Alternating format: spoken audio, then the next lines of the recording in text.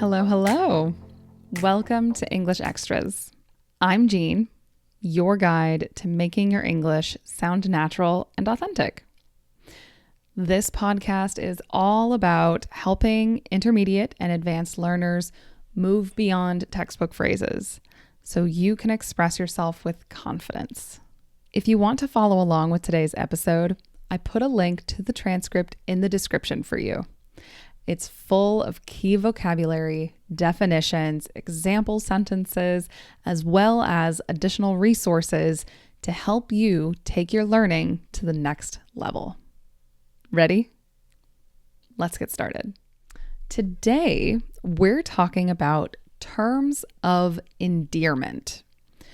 Term means word, and endearment means affection, which means liking or caring about someone. So a term of endearment is a word you use to show someone you care about them. The correct terms to use depends on the situation. The terms you use with your family are probably not okay with strangers or your boss. So, in this episode, I'm going to focus on 3 categories: service interactions, friends, and romantic relationships. I will also note which terms are appropriate for which situations and whether they are considered outdated. Let's start with service interactions. What I mean by service interactions is people you would talk to in a restaurant or a store because they provide a service to you, or in other professional settings, like with your colleagues, boss, or even your teachers. Let's say you have a job or want a job with an American company or a company where English is the common language. Generally speaking, for professional relationships with your boss or colleagues, you shouldn't use terms of endearment. This is also true for your teachers. Your boss or teachers may use a term of endearment with you, but it's probably best not to return that endearment to them. Think about the power dynamic in that situation. There are certain things your boss or teacher can say to you, but you can't say to your boss or teacher. Specifically in situations like restaurants, there are some differences. Let's say you're in a restaurant in America, specifically in Georgia, which is a state right in the middle of the American South. Technically Southeast, but we call it the South. In this practice example, your server is a white, middle-aged woman. Because she's older, because she's a white woman, and because she's from the South, she will likely call you hun. Hun is short for honey.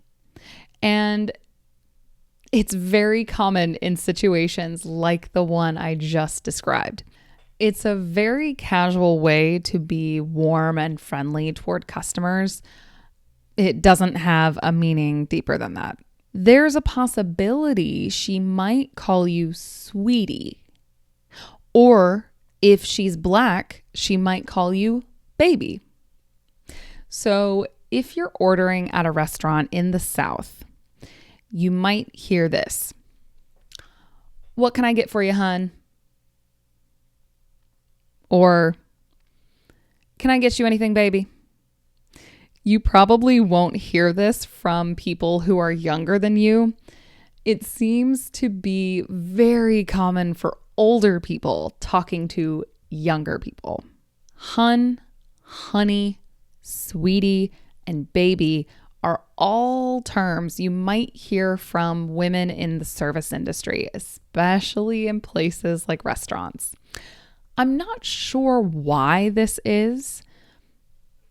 It's a common part of the Southern culture in America. So in places like Georgia, Alabama, Louisiana, Mississippi, North and South Carolina, Tennessee, and my home state, Kentucky, these won't be the only places you hear these terms, but the chances are higher in these states.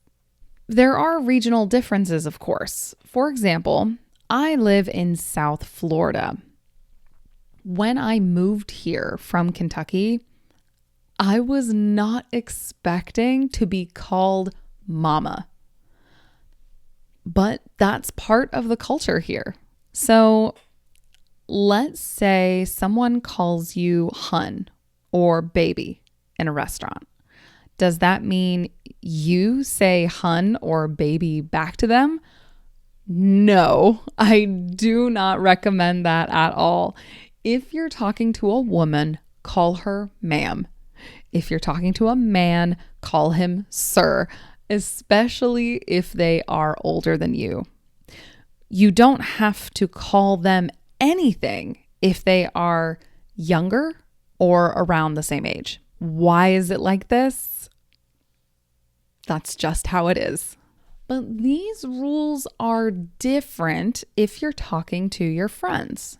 The rules are relaxed, more flexible, and less strict. Let's say you make some American friends. What can you call them? If you're a man and talking to an American friend who is also a man, you can comfortably use bro or dude. For example, you want to have lunch with a male friend. You can say, dude, want to grab lunch tomorrow?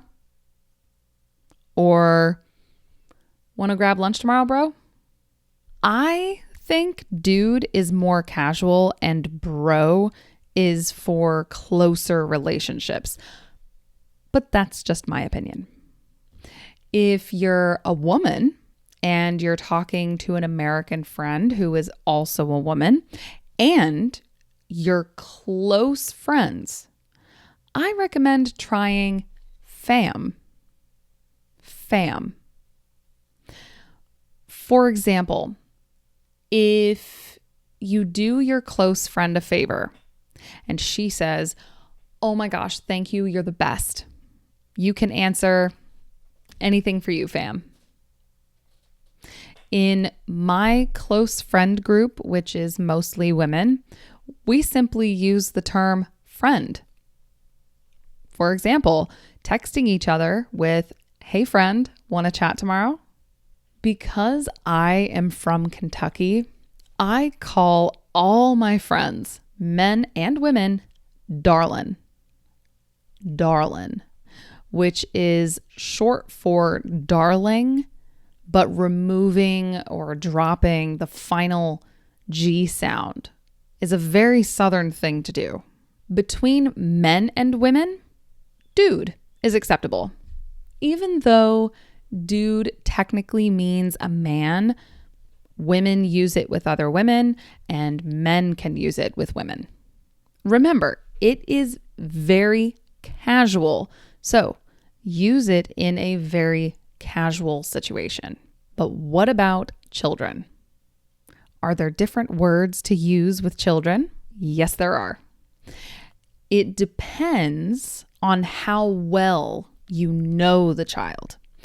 If you know the child well and he's a young boy, you can use buddy.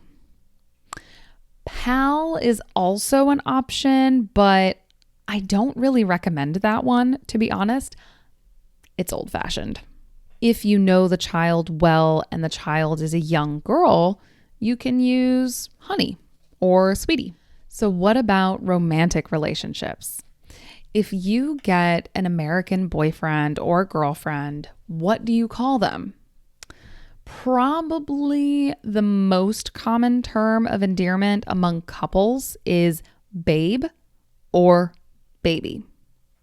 These are casual, and affectionate, and you're not really going to hear them outside of romantic contexts, except baby, which you might hear from some older women. Babe seems pretty solidly in the romantic category most of the time. You might also use honey. In my opinion, this is especially common with married couples, especially if they're a little older, but it depends. At the end of the day, the terms of endearment you use with your romantic partner will depend on what your romantic partner prefers to be called. For example, my husband and I don't call each other baby. We don't like it. But my mother-in-law and stepfather-in-law call each other my love, for example. So if you start a relationship with an American man or woman, just ask what they prefer to be called. Everyone has a preference. I know terms of endearment in some other languages, like mi amor in Spanish and mon cœur in French, but I don't really know many others. So let me know in the comments what some common terms of endearment are in your native language.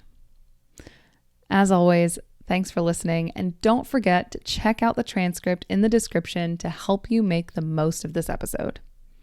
Until next time, bye.